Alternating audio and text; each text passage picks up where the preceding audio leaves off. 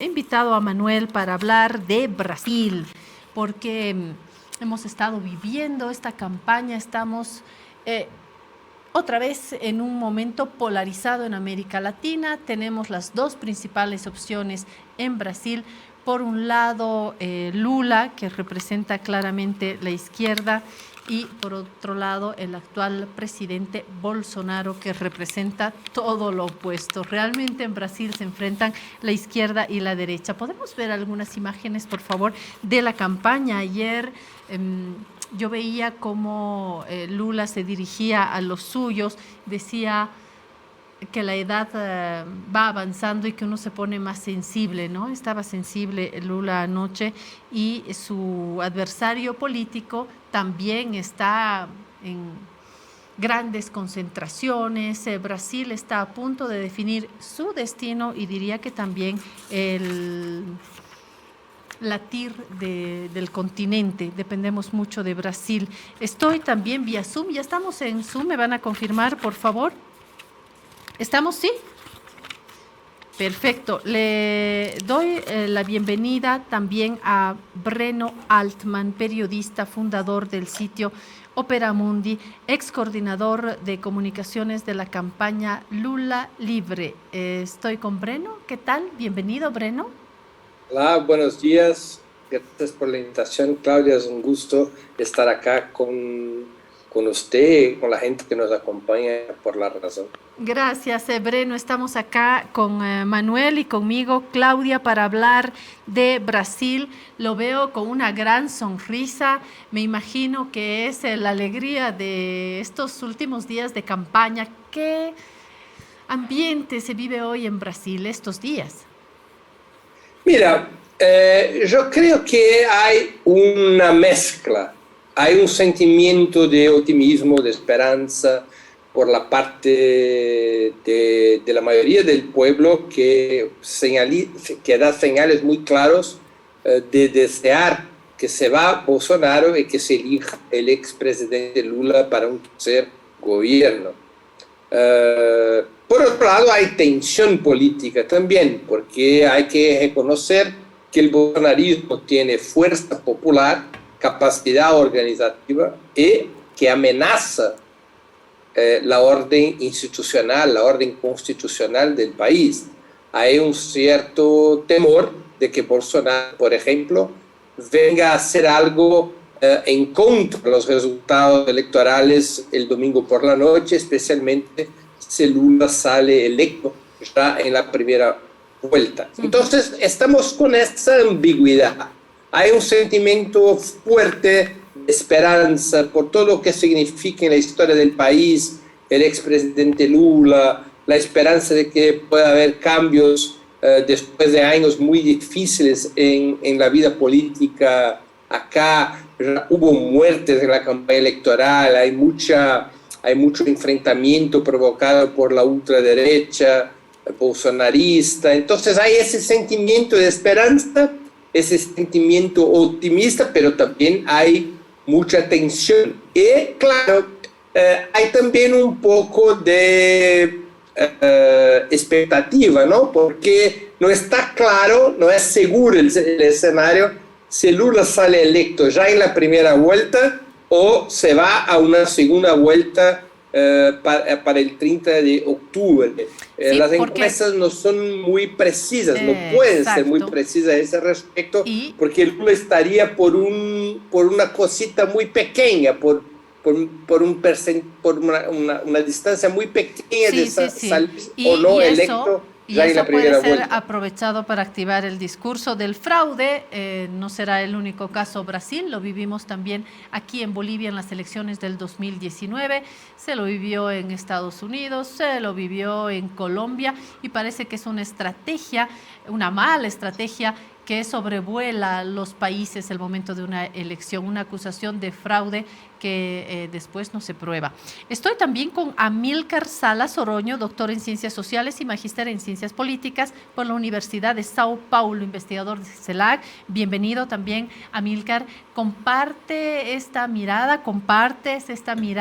que tiene Breno? Buenas tardes, mucho gusto por la invitación. Saludos para ti, para Breno también. Comparto el panorama eh, ambiguo o paradojal de tener, después de varios años eh, de, de- de atravesar una circunstancia institucional, una circunstancia política y social muy compleja y muy poco auspiciosa. Ciertamente la candidatura de Lula ha permitido reorganizar esas fuerzas que ahora van encontrando cierto optimismo y cierta esperanza, porque hay que también agregarle ese plus que ha tenido Lula, ¿no es cierto?, en poder juntar y devolver la expectativa de un cambio político. Esa expectativa, esa esperanza, esa unidad que genera Lula de distintas figuras, de distintos sectores, incluso también de distintos segmentos sociales, se da en el marco de una tensión política indudable, una tensión que va a estar hasta el final, hasta el último conteo, el día de la elección y hasta que termine asumiendo el nuevo gobierno, porque las muestras en estos años han sido por parte de Bolsonaro de no respetar, continuar no respetando el Estado democrático de derecho en varios aspectos, ni hablar de lo que sucedió durante la pandemia. La gestión de la pandemia ha puesto a Brasil en un lugar de porcentajes tristes, digamos, en el comparativo mundial, y eso es exclusivamente por obra de Bolsonaro. Y, y esa paradoja entonces de una esperanza que se ha abierto alrededor de la candidatura de Lula, con estas particularidades de Lula, ¿no? De juntarse con distintos sectores y potenciar justamente a las fuerzas que quieren definitivamente terminar con estos años de Bolsonaro. Hay tres aspectos, ¿no? Tres segmentos con los cuales, en los cuales digamos, está bastante puesta, digamos, la fuerza del bloque que acompaña a Lula, que son los jóvenes, las mujeres y los sectores más castigados de la sociedad, los sectores pobres, ¿no? Estos tres segmentos tienen un alto nivel de rechazo en Bolsonaro y realmente pareciera muy difícil entonces que no se diera otro resultado que una victoria de Lula. Amílcar, Breno, antes de pasarle la palabra a Manuel aquí en La Paz, en nuestros estudios, quisiera compartir con ustedes y con nuestros amigos y amigas algunas cifras. Estamos hablando de una población de 212 millones de personas, lo que para los bolivianos es impresionante. Brasil tiene 156 millones de electores habilitados para estos comicios. Este domingo 2 es el primer turno y en principio 30 de octubre la segunda vuelta, el balotaje. Estamos hablando de 11 candidaturas que participarán de esta disputa presidencial y se eligen muy rápidamente presidente, vicepresidente, gobernadores de las 27 unidades de la Federación, renovación completa de la Cámara de Diputados, una renovación parcial de la Cámara de Senadores y composición de las asambleas legislativas de los estados. Es la sexta campaña electoral de Lula, perdió el 89, el 94, el 98 y ganó el 2002 y el 2006. En 2018, cuando comenzaban a recorrer el país, primero le balearon la caravana y luego lo apresaron quitándolo de la contienda política. Hablando de la violencia, quiero, si me permite, Manuel, hablar de una última información que me preocupa como latinoamericana y tiene que ver con un asesinato. Esto nos llega de la agencia Europa Press. La policía brasileña detuvo ayer a Edmilson Freira da Silva, de 59 años, sospechoso de matar a un simpatizante del expresidente y candidato presidencial Luis Ignacio Lula da Silva. Ahí tiene usted el titular. El atacante apuñaló y mató el sábado a un simpatizante de Lula este fin de semana. Entonces, después de que este último manifestante mostrara su simpatía por el líder del Partido de los Trabajadores en un bar de Cascabel. Me llama la atención porque ustedes saben lo que pasó con la vicepresidenta argentina, Cristina Fernández, saben lo que sucede en el continente en momentos electorales o postelectorales, y es preocupante tener que convivir con la muerte. Es decir, nuestras democracias no están respetando el principal motor de las democracias, que es la vida. Si no respetamos el principio de vida, poco podemos esperar de nuestros sistemas democráticos o de nuestros ciudadanos. Quería decirlo, Manuel, antes de cederte la palabra, como boliviano y observador de lo que pasa en el continente. ¿Cuál es tu mirada? ¿Cómo estás viendo Brasil en estos momentos? Bueno, Brasil es un reflejo en este momento, creo yo, de algunas de las tensiones más importantes que estamos viviendo a nivel latinoamericano. ¿Sí? Por ejemplo, la campaña que en este momento se está cerrando en Brasil está muy marcada por el discurso del odio. ¿Sí? De la misma manera que hemos visto ese discurso del odio como una motivación importante para el intento de magnicidio con Cristina Fernández de Kirchner. Después lo hemos visto también acá en nuestro país, el 2019, con el golpe de Estado, donde hemos tenido una violencia desatada por parte del Estado y una sociedad boliviana que no se ha expresado a la altura de los valores que supuestamente comparte. ¿Sí? O sea, mucha gente ha salido a justificar 36 muertes, ¿sí? O sea, a título de que eran terroristas, de que entre ellos se estaban disparando y una serie de pretextos entre ético-morales y pretextos políticos, ¿no? Entonces, la campaña de Brasil es un poco el reflejo de esa situación muy lacerante que tenemos en Latinoamérica. De polarización. De polarización, evidentemente, pero polarizaciones ideológicas casi siempre han habido. Pero el discurso del odio, el discurso de la intolerancia, llevado a los extremos que en este momento tenemos, no tiene antecedentes muy permanentes en la historia latinoamericana, salvo en el periodo de las dictaduras, ¿sí? Donde la intolerancia y la violencia, el odio, eran los motores que dinamizaban toda la política estatal de las dictaduras, ¿no? Entonces, es reflejo de eso. Pero esa violencia y ese odio se centraba más en el poder. Hoy siento que la violencia y el odio trasciende y se contagia a las poblaciones, ¿no? Exactamente, Claudia. O sea, esa es la diferencia. Ya no es la violencia estatal o la intolerancia de los poderosos respecto a los que están subordinados coyunturalmente. Es una intolerancia y es una violencia social. ¿Sí? Sí, les propongo abrir, a mi equipo, abrir esta mesa. Nos vamos a poner todos en pantalla y yo voy a abrir a Breno, a Amílcar, a Manuel. Creo que hemos ya planteado un primer tema, que es, por supuesto, las elecciones, las posibilidades en Brasil. Yo lanzaría así como dos ejes.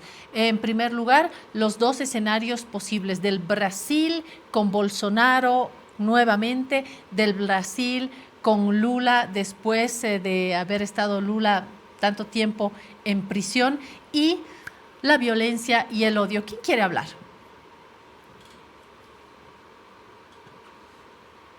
Vamos, Breno. Hay que activar el sonido, por favor. Perdón. Eso sí. Bueno, vamos. Yo creo que hay un antagonismo político entre Lula y Bolsonaro. No se trata solamente de una divergencia o de una oposición.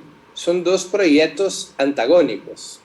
Bolsonaro representa lo que nosotros podríamos llamar, sin mucho rigor académico, pero de liberal fascismo, o sea, una estructura discursiva y un accionar político autoritario a servicio de las ideas ultraliberales en términos de economía y ultraconservadoras en términos de los derechos civiles, la cuestión de los derechos de las mujeres, del combate al racismo, del reconocimiento del matrimonio homoafectivo y otros temas.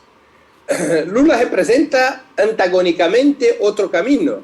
Lula representa una tentativa de la preservación de la democracia, la ampliación de la democracia en dirección a la participación popular, a una participación popular cada vez más amplia, y un sistema político que se democratiza y que empodera la participación popular para sacar el país del modelo neoliberal, o sea, para recomponer un sistema económico que el PT venía construyendo entre 2013 y 2016, un modelo económico que es basado no en la atracción de los capitales foráneos, pero fundamentalmente en la ampliación del mercado interno a través de una doble política, una política de ampliación de los sueldos de los trabajadores y por el otro lado una política de ampliación del rol del Estado en la economía, incluyendo la ampliación de los derechos sociales y las políticas de distribución de renta rumbo a los sectores populares. Entonces hay un antagonismo y la victoria de uno u otro significa la afirmación de uno de esos dos proyectos. Ahora, es claro que estamos hablando de una batalla electoral que no va a poner por sí sola un fin en esa etapa histórica que vive Brasil y que vive Latinoamérica y todo el mundo, ¿no? Nadie en su perfecto juicio imagina que el bolsonarismo va a dejar de existir después de las elecciones, o por otro lado, que el PT y la izquierda brasileña van a perder enormemente su influencia si gana Bolsonaro. Pero es una batalla crucial porque la relación de fuerzas se va a cambiar.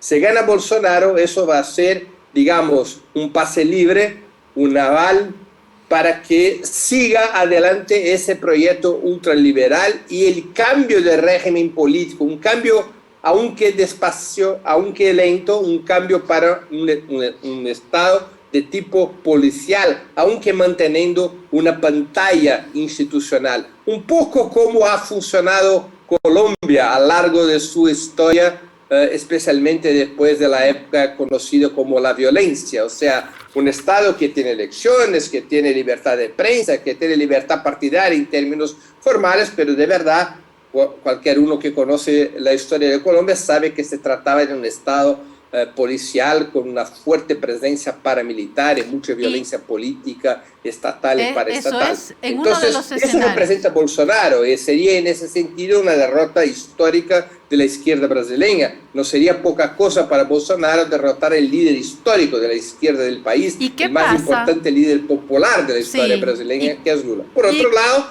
si Lula gana de Bolsonaro, eso significa la recomposición del proyecto que ha sido derrotado por un golpe de Estado en 2016 y como Claudia mismo ha dicho, que llevó Lula al cárcel por 580 días. Entonces, por eso es una batalla, en un cierto sentido, para concluir, es una batalla épica. No es una elección normal, es una batalla épica entre dos proyectos antagónicos. Épica me parece una palabra grande que un poco retrata lo que está a punto de definirse en Brasil.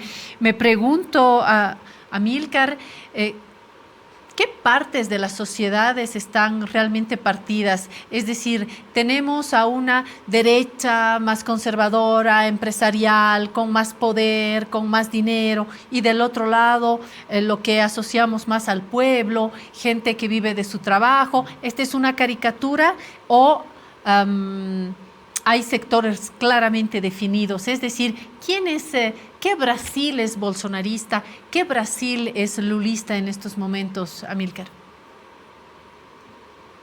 Bueno, hay varios Brasiles, ¿no? Como se dice en la literatura, el ensayismo brasileño ha estudiado muy bien esas distintas formas de combinación, pero creo que algo que comienza, muchas veces no se sabe muy bien cuándo empieza, pero que toma un sentido histórico diferente a partir del juicio político a Dilma Rousseff, el impeachment, el golpe a Dilma Rousseff en 2016.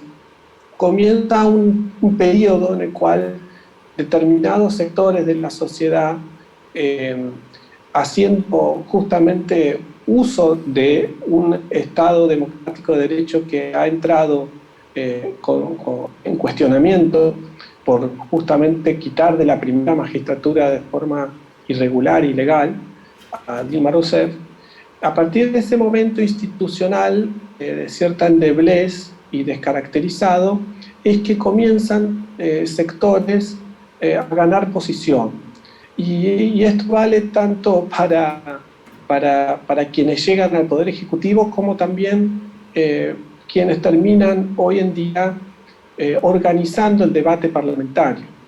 El Congreso brasileño, que veremos este domingo cómo queda compuesto, pero hay pocos indicios de que se pueda dar un gran cambio en las correlaciones de los partidos y en las composiciones de los diputados, sobre todo.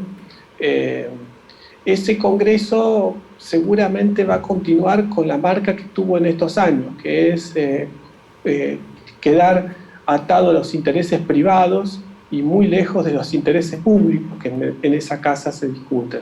Lo mismo vale para el Poder Judicial, que si bien el punto de vista del Tribunal Electoral, que es quien operativamente tiene injerencia sobre los procesos eleccionarios, y ha tenido un cierto control que no tuvo en el 2018 y ha seguido de cerca, digamos, algunas circunstancias que hubiesen, en otro contexto como el de 2018, hubiesen tomado aún o tornado más problemático aún el escenario.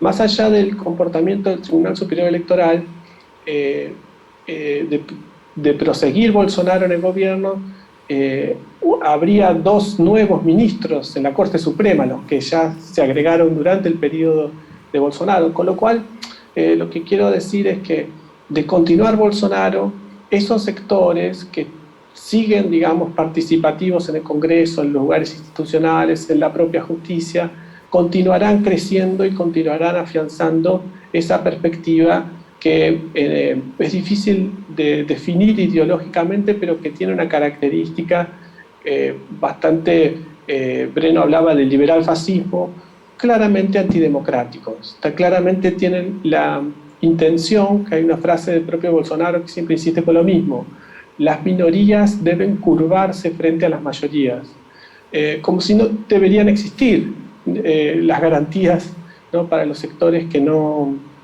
acompañan la gestión de gobierno. Entonces, desde el punto de vista democrático, estos sectores antidemocráticos que se han ido afianzando en estos años, desde el 2016, son peligrosos, han hecho un trabajo muy corrosivo para el sistema institucional.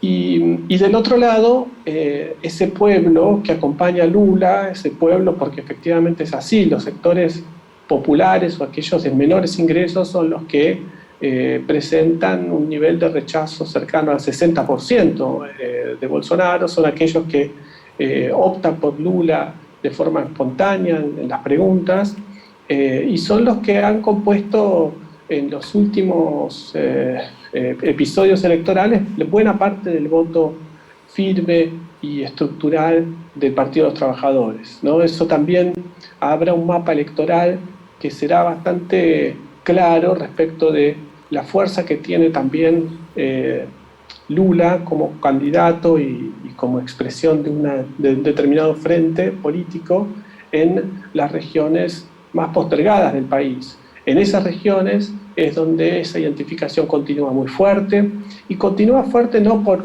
una cuestión, digamos, de magia o cierto encantamiento irracional. Continúa fuerte porque después de muchas décadas, digamos, de postergación, fueron atendidos, como insiste siempre Lula, fueron colocados en los presupuestos públicos, ¿no? En los sectores más pobres. Y esa conexión hace que, más allá de la circunstancia de Lula hoy, también tener que realizar alianzas con otros sectores sociales, esa marca distintiva es muy difícil que pueda ser asociada a otro candidato. Muy difícilmente fue asociado a otro candidato desde la democratización hasta aquí.